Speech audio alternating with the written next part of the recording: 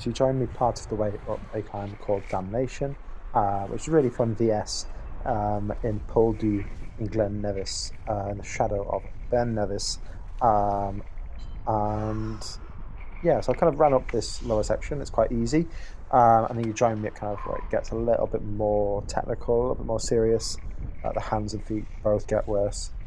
This bit kind of kicks back to vertical as well when you're going around here, which feels pretty cool after some quite slabby climbing lower down on the route.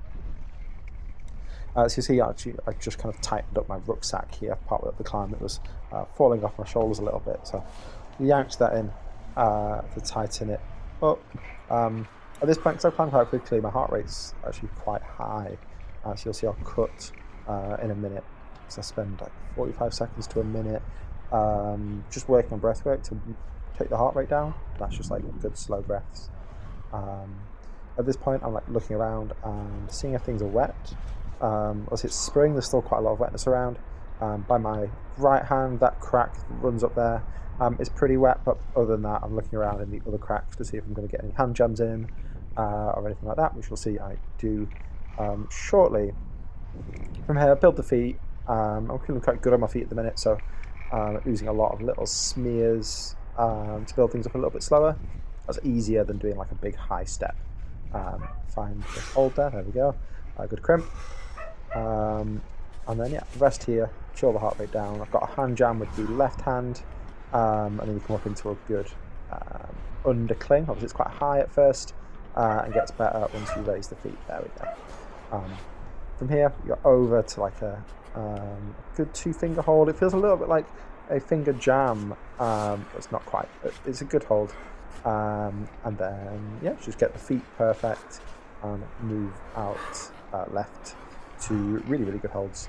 It feels really cool as this bit. No, like exposed. Overhanging roof section for the grade. Feels awesome. The left foot isn't on anything particularly good. It's kind of on smears, but you've got a good hand to push yourself over it. Which you'll see I do here. And then climb quite quickly through it.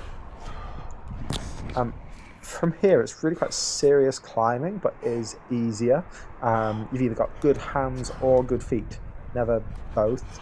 And you'll hear me do like quite a bit of breath work to kind of help us keep the heart rate down and maintain like a good level of flow. Because flow is really important with soloing. Gets quite, things feel scary when they're awkward.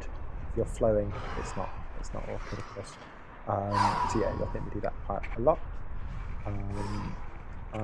Hello trees. And lots of beautiful trees in Poldhu. One of my favourite things about it is all of these Scots pines and things all over the place that you climb through and past. But yeah, from here, good hands, but the feet get a little bit worse. You're building up through some really good juggy, flat holds, but it's a slap, so it'll feel very good and flowy. From here, I move left and actually end up with a little bit of a knee bar, knee scum just here. So I rock over very high into a bit of a knee bar, knee scum, which feels really good. And then, yeah, no hands up to the next hold. Is nice. And then, yeah, from here, okay hands, but not very good feet. So you'll see me slow down a little bit here, looking out to the left as people taking pictures. It's also a beautiful view out there. So yeah, from here, you'll see I get a little smear with the left, and then go for a really high foot, very close to my hand in a second. That feels really good. Big high rock over, commit over the foot, which feels nice. And then good feet now, but no hands for a second.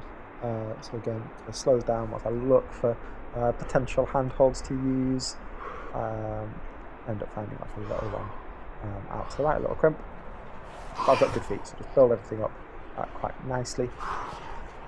And then a little bit of a sting in the tail here.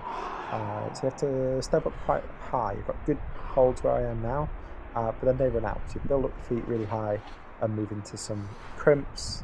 And really quite bad feet for a moment, so they're quite polished. It's really important that you walk over on those really, really well. And you commit to them nicely, otherwise, yeah, it potentially could slip quite polished. It's like a beautiful position, as you can see, so you kind of soak it in. So there you go. Crimps on both hands, and then onto some kind of polished feet that are in slightly the wrong direction. But it's pretty slappy, so it's still good. And then from here you get a good crimp rail, and it is over.